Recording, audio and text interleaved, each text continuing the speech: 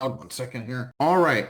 Hey, everybody. It's Michael Pedone with SalesBuzz.com. I have Jason Rosenthal here from UpLead.com as well. And if you're not familiar with UpLead.com and why I wanted to do something with them, UpLead is very well known out there for where if you need a lead list, things of that nature. But I actually use it for something a little bit different that I want to share with everybody. And I think it's an excellent tool for that. One of the top things you have to do when it comes to having successful outbound is you absolutely have to know who your ICP is, your ideal customer profile. And one of the best and fastest ways to do that is to take your existing clients, take all of them, and then narrow it down to the ones that are the best of the best. And what do I mean by best of the best? What I mean by that is the ones that, the least amount of headaches, they pay on time, all that stuff, right? Not necessarily the biggest ones, the ones that, they renew often or whatever you determine to be the best type of clients where they're paying, it's a repeat business, etc. And then grab a list of those and grab the URLs, and you could go to uplead.com and then use what I call data enrichment. And what it'll do is when you upload those URLs, and this is really important. I'm gonna show you how this all ties into today's webinar, but I wanted to start here first. When you do that, when you take the clients, your best clients and your URLs and use a tool like uplead.com to enrich them, you get a sneak peek into what your ICP, your ideal customer profile looks like, meaning what are the average employee size, industry, things of that nature, okay? Annual revenue, location, all the basics that most salespeople today are like, they didn't even realize was a thing. You could literally, one of the biggest, let me just say it this way. One of the biggest mistakes I see salespeople make today is that they go, well, I can sell to anybody, so I want to go after everybody. And the problem is it's too diluted. Like you're going wide and not deep. You want to get narrow. You want to get really focused. And a tool like UpLead.com can really help you by taking your existing accounts that you love working with and then upload them and then get a list of, okay, these are the characteristics you want to look out for in other prospects. And then from there, now you could build a lead list using UpLead that matches that ICP. And then you can get all the contact information, their titles, their email addresses, phone numbers. By the way, when it comes to phone numbers, I know everybody's obsessed with mobile numbers today. I'm not sure why. I think it's better these days. I'm getting better results calling the main company line, actually getting a hold of the gatekeeper, because a lot of people, if they're working remote or ever since COVID happened, a lot of people are working from a remote and their landlines or their business lines are getting transferred to their cell phones. And now Apple has that new thing where if the number's not in your contact, it's silenced automatically. Right. So some of those things, a lot of you, I'm assuming a lot of you are struggling with getting people on the phone these days. Yeah. Right. That's one of the things that's happening. So with that being said, hold on real quick. I'm going to take a time out. So Jennifer, you're saying she's getting a bad echo. Is that on anybody else's side? If it is, Jason, maybe just mute yourself real quick. And when you speak, we can pop in there. Maybe that's helping. All right. So anyway, all right, you hear me great? It's fine here. Okay, so Jen, sorry, maybe it's just on your side. Sorry about that. But anyway, all right. So with that being said, a lot of people, one of the biggest complaints is saying nobody's answering their phones anymore. But yet nobody's calling the main lines and then running the gatekeeper play and using the gatekeeper to get them on the phone. But with that being said, with UpLead, you can get the main lines a lot of times and their cell numbers. So then now you have both. So that's something I really would encourage you guys to look into. With that being said, let's talk about today's mini crash course here on today's subject, right? And I want to speak about why most cold calls fail in the first 15 seconds. First of all, let me ask you this, because I find that a lot of people say, well, we don't do cold calls. We only make warm calls. Okay. What is your definition of a warm call? Use the chat box for me, if you will. What is your definition of a warm call? I had another sales director tell me recently, they don't make cold calls. They research their prospects first. Okay, still a cold call. Researching doesn't make it warm for anybody else. Nobody wants to play? Come on, use your chat box. What is it? Okay, somebody says a lead that expressed interest. Okay, very good, right? Well, somebody says they're aware of who we are. Okay, they can be aware of who you are, but if you're reaching out to them, still could be a cold call, right? So here's the thing. The true definition of a cold call is contacting any person that is not currently raising their hand. That also includes existing accounts.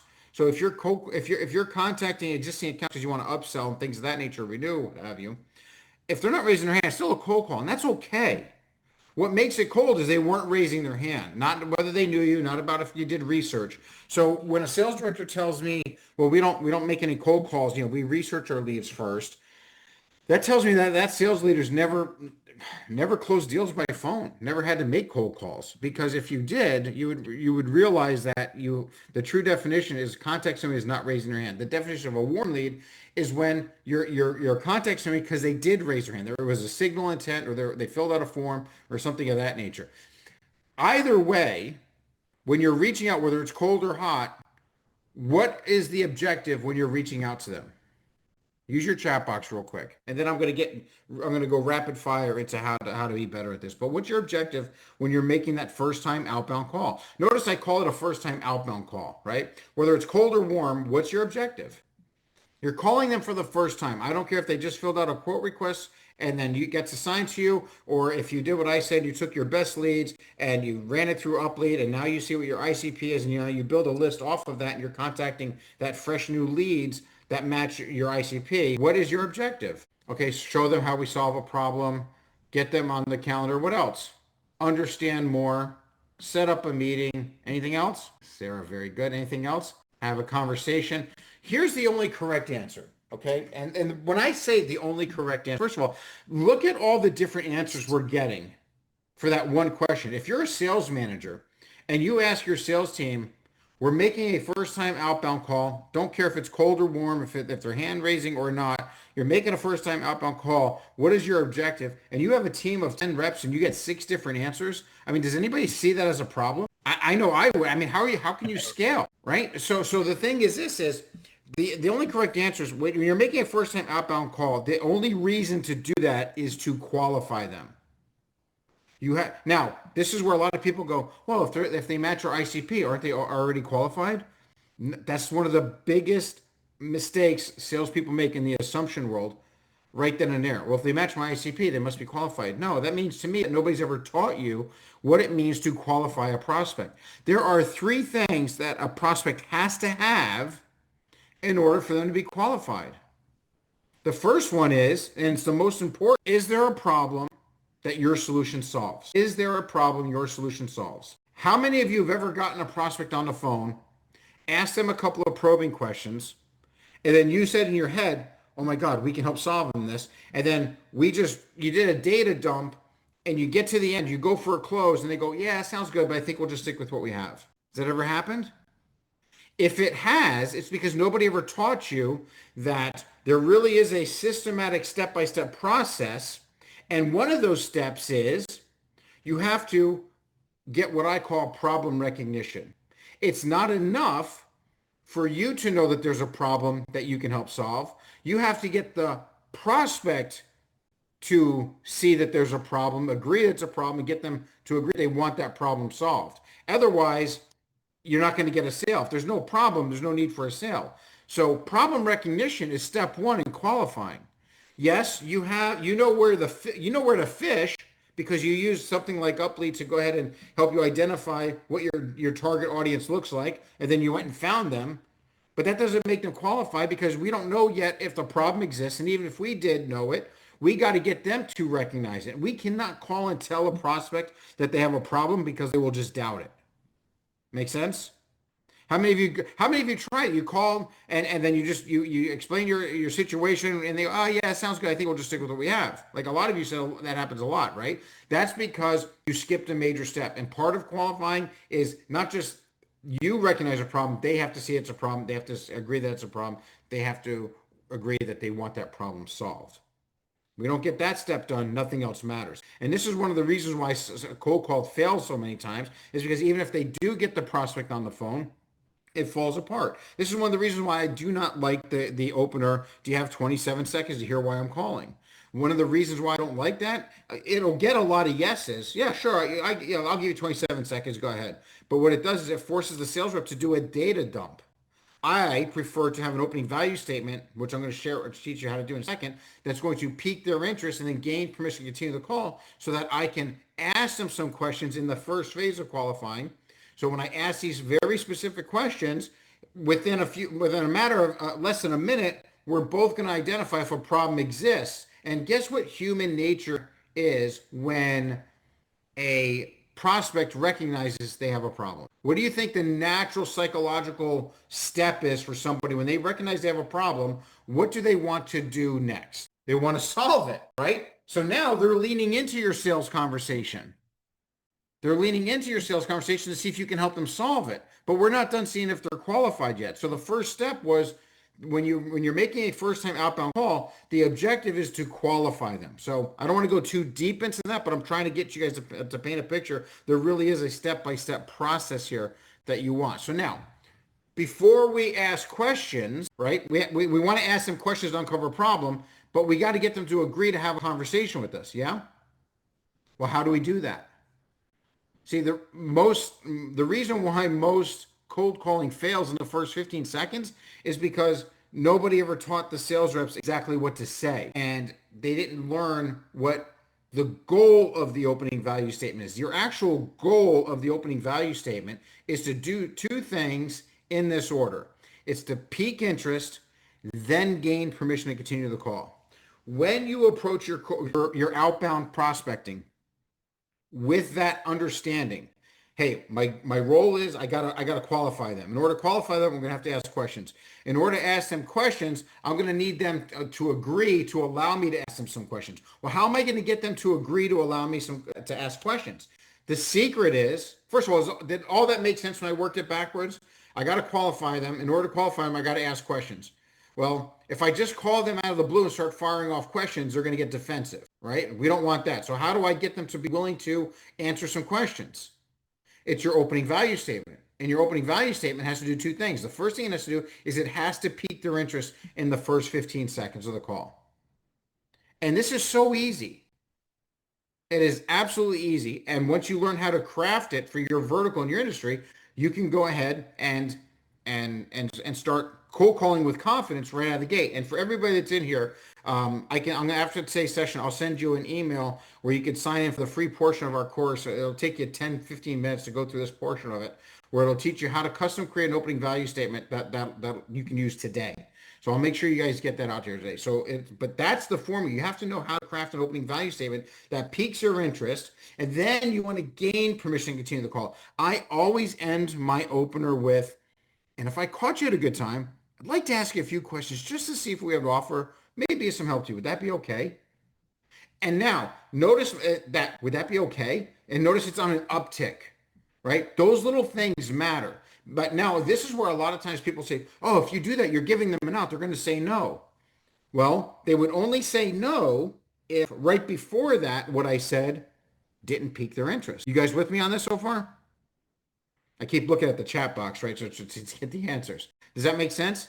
Well, so for example, if I called, and Jason, I'll just take you for just as read. So I said, hey, Jason, it's Michael at SalesBuzz. We provide online sales training, and I'd like to ask you a few questions to see if what we have to offer might be of some help to you. Would that be okay? You'd probably be like, no, we're all set. We got something in-house, or we already have something else, or we tried something before it passed, and now I got to fight. But if I said, hey, Jason, Michael Pedone, SalesBuzz.com. Listen, the reason for my call, specialize in helping outbound sales teams overcome their call reluctance. The majority of my clients set about 30% more appointments in the first 30 days. And if I caught you at a time, I'd like to ask you a few questions just to see if we have to offer might be some help to you. Would that be okay? Yeah, complete different. It's complete different on the deliverable. Exactly. It's the same thing, right? Same opener. We're talking sales training, but you got to put the problem up front with them. And again, I get it. I understand why so many people die on the hill of the 27-second opener. But if they start to learn that, well, if you do that, you put yourself in a bubble where you have to be really good as a sales rep, because what happens is you put yourself behind the eight ball, in my opinion, because now you have to do this mini sales presentation, which is not what I want to do. I don't want to do a data dump.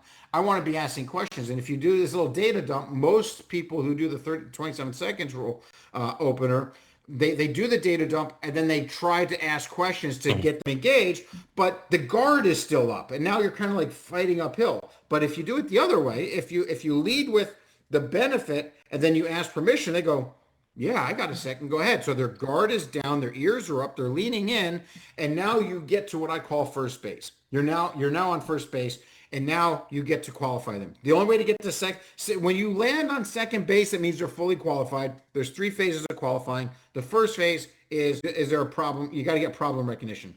And there's a whole series on that I have on how to do that. But with that being said, that is what you're supposed to do in the first 15 seconds of a cold call. Peak interest, gain permission to continue the call. And the reason for it is because you want to qualify them. In order to qualify them, you have to ask questions. Okay, so that's step 1. That's how you do the opener. The step 2, and yes, I'll give some examples before we end. Somebody's asking for it, but let's move on to the next bullet point that we have in sales session. Yeah, go ahead. Go ahead. One other point, like the other thing to think about with that 27 seconds is everyone's been saying it for so long at this point. It doesn't do anything about piquing the interest at all. It actually puts up more of a blocker now than anything else, because you sound like the 10,000 other people that are cold calling today. You might have lost him, but he was making a really good point as far as that goes. Jason, hopefully you can come back. I'm still here. Oh, there you go. Here. Okay, there you go. Still here. Maybe just cut out. Yep. But yeah, that was an excellent point. Very true on it. And sure, when it first, and again, I saw somebody the other day when I did some private training with somebody, like, oh, I use that, it works. Okay, we'll define work right away. Okay, so what happens after that? Well, they usually ask me to just email them some information. Okay, and are you hitting your quota? No. Okay, is your pipeline full? No. Okay, this is why. Right, so we're not getting far enough. Okay, so what's the next? So now that we know that we have to, the opening value statement's job is to peak interest, gain permission. That's the rule of thumb, right? So, but I'm afraid I don't know how to do that. I got call reluctance. I'm not sounding confident. Well, how do you beat call reluctance and sounding confident? Well, one, somebody has to teach you what the right formula is for how to open a sales call, right? We just went over that. And again, I'm going to give everybody that's attending today a link where they can join and get free access to the first lesson. I'll show them exactly how to custom create it for themselves. But then the second day is, how do you beat the call reluctance, sound confident? You're not going to like it, guys. You're not going to like what I'm about to say. You have to script it out, and then you have to role play. You have to role play. You're speaking to somebody who, for over the last 30 years, has been a straight commission inside sales rep. I'm going to let that sink in for everybody, because I know I'm a dinosaur, right? There's not a lot of straight commission sales reps unless you're in real estate or something. Well, I'm a B2B straight commission inside sales rep. When I was working for other companies here in Clearwater, Florida, there was no LinkedIn there. I'm dating myself. There was no LinkedIn. There was no internet, emails, whatever it was. Hey, you have a pile of leads on the desk over there, an 8.5 by 11 sheet of paper with a bunch of names and numbers on it. There's a phone. Start dialing, generate some revenue, or you're out of here in a week. So that's how I learned how to sell. And the only way I survived is I had to get really good at it really fast. And through the years, I just perfected it all along the way, so that no matter where I went, I was able to go ahead and use my formula, use the lingo for that typical, that vertical that I happen to be selling for, but still follow my process. And I was always in the top 10%, so much so that I was able to start my own company in 2002, sold it in 2007 for 7 figures, all because I knew I didn't have the fear of cold calling. As a matter of fact, I was so confident, I was like, I'll just go start my own company with no safety net. And I built a business, sold it for 7 figures, and then I started this company to teach people how to do this. With that being said, it's a proven formula. So how do you overcome call reluctance? Well, when I first got that one straight commission job, we role played every day in front of 80 sales reps. I mean, if you ever watched Boiler Room or The Pursuit of Happiness or The Wolf of Wall Street, all that stuff is true. I mean, I lived it. I've been in those type of life. Now, we weren't scamming anybody. I wasn't selling stocks that didn't exist, right? But it was still, it happened to be computer diagnostics, but that's neither here nor there. The point is, it was that type of scenario where you get up in the morning and you get to work and you role play for the first 15 minutes. Usually one person will do it in front of everybody. And then we break off into pairs and we role play. And then the sales manager was listening in. Now, a lot of salespeople, you might not like what I'm about to say, but if you do what I'm about to say, you're going to make more money than you ever did in your entire life. Okay? When you start to role play, it forces you out of your comfort circle. It's going to expose where your weaknesses are, and then you're going to want to work on them and fix them and make them your strength, because you don't want to show up again and flop in front of your team. You want to use that peer pressure to your advantage. And now with today, with everybody working remote, you have the power of Zoom. You can get online and you could role play that way. But you have to get the wording down correctly, and then you have to get how to say it down. A lot of times people say, well, I don't like scripts because it makes me sound scripted. I have news for you, Charlie. It's not the script that makes you sound scripted. Okay. Every Oscar winning actor and actress all have scripts. They just didn't make it sound like a script. Did you notice when I did the role play with Jason, when I was giving that example, and I go, and if I caught you at a good time, I'd like to ask you a few questions just to see if we have to offer maybe some help to you. Would that be okay? Those little pauses, the little slowdowns, the little speed ups on certain words and the slow down on certain words, and then the little upticks on there are all by design. But nobody's ever taught you guys how to do that. Well, that's where you need to learn, and that's one of the areas that we specialize in helping you, is to teach you not just what to say, but how to say it. But that's how you get rid of your call reluctance. There's a reason why I can come on here with 80 plus or however many people signed up for this, and I can just do an example out of the gate and not have any fear of it, because I know the formula and I know how to say it. And that's how you beat call reluctance. You're going to have to role play and practice it over and over again. But when you role play and practice the right thing, by the way, we're not looking for perfection. We're looking for progress. And the one last thing before I move on to the next bullet point is this, is the pros. Actually, let me say it this way. Amateurs practice until they get it right. The pros practice till they can't get it wrong. And I don't care if you're a musician, if you're an athlete, or if you're a sales rep. That is true across all boards. So you need to role play and practice, but you have to make sure you're practicing the right stuff. We're not looking for perfection. We're looking for progress. Okay. Next, you want to nail your opener in the first 15 seconds. A winning opener should pique their interest and then gain permission. It's really that simple. When you start to role play and practice that over and over again, you're going to see that you're going to get a lot more people that are going to start to say, oh yeah, sure, I got a second, go ahead. You're not going to have to make 15 calls in a long sequence. As a matter of fact, I make 3, right? My total out, if I'm cold calling a prospect, I'm making 3. Day 1, I'll call, leave a voicemail, send an email. Day 2, follow up in the afternoon. That's actually, I don't call it a follow up. I call it an FTC number 2. First time call number 2, right? I'll do that in the afternoon. And then on the third day, if I don't hear from you, I'll leave one final. I'll call them again. If I don't hear from them, I'll leave a voicemail, send an email. So technically, that could be 9 touches, 10 if I include a LinkedIn message, 11 if I include a text in that, right? So I call, voicemail, email day 1.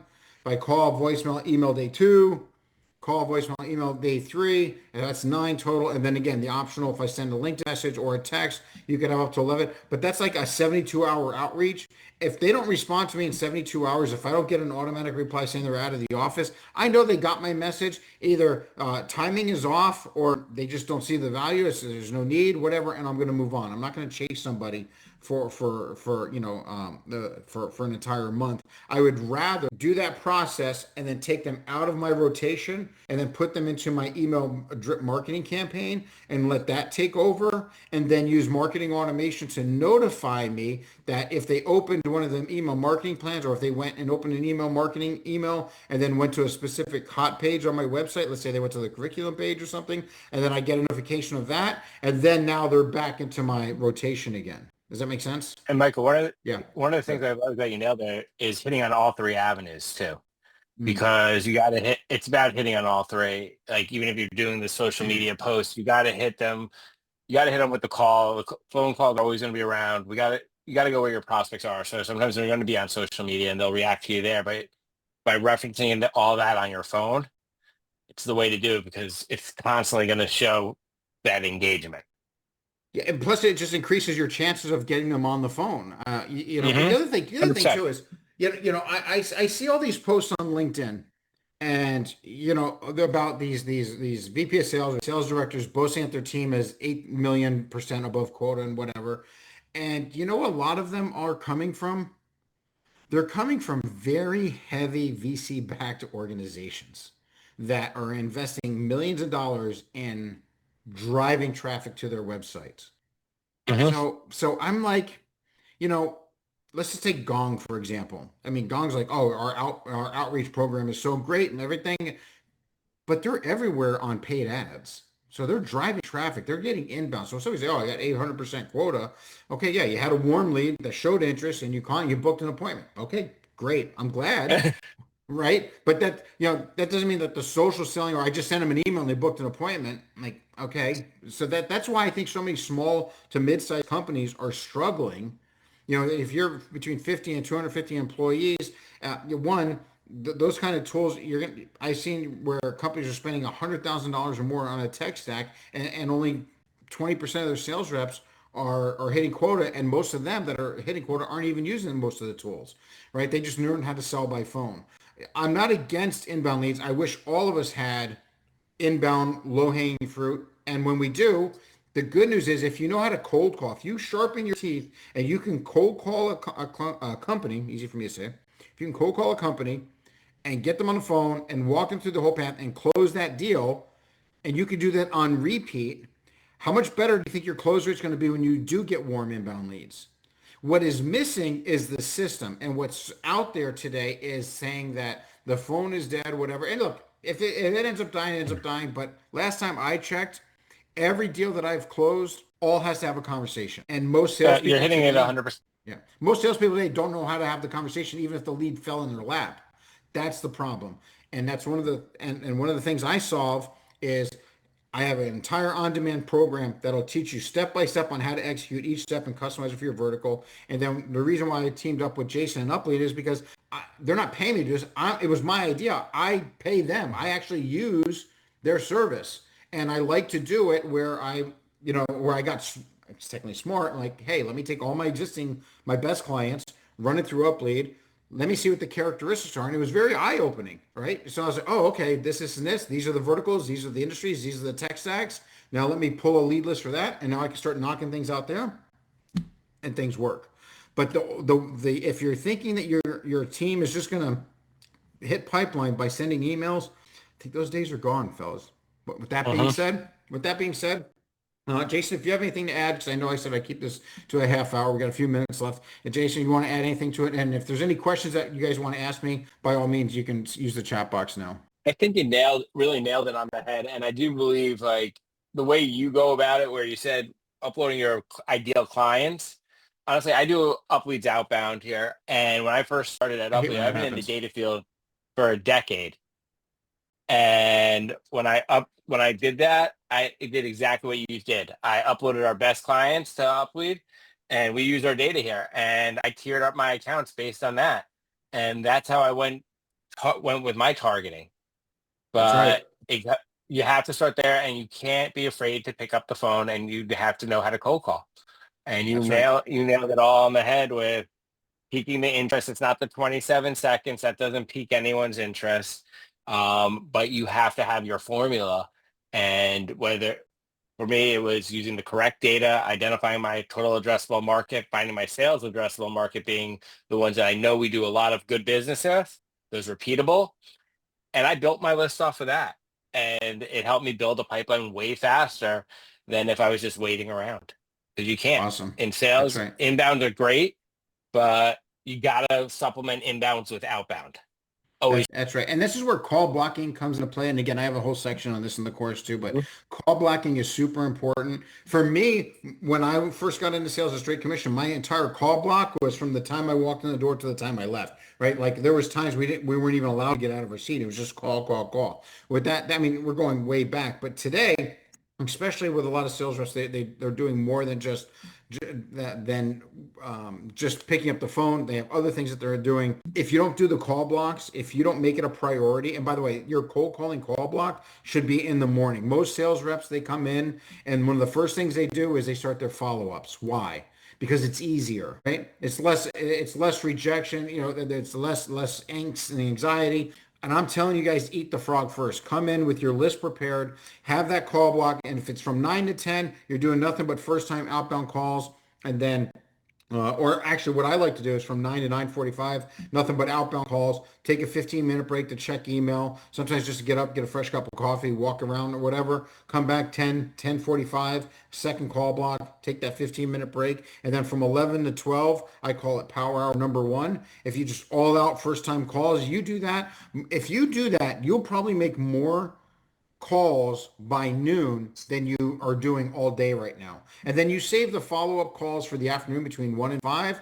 The rest of the day's cake. It takes the pressure off of you, but you have to be consistent. But at the end of the day, your company could buy you all the greatest tools, the UpLeads, the tech stacks, and all that stuff. If you don't know what to say, if you're not confident, if you can't pick up the phone, if you can't role play in front of your team and nail it right out of the gate with no hesitation, it means your skill level is not where it needs to be, and it needs to be fixed fast.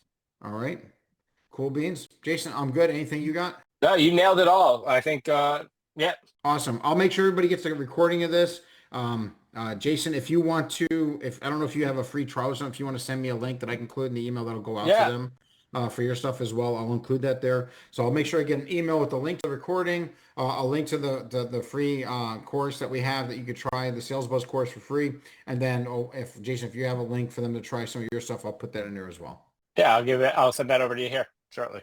All right, guys. Thanks so much. Take care, everybody. If you have any other questions, hit us up on LinkedIn, publicly or privately. Either way is good for us. All right. We'll see you guys. Bye. Take care.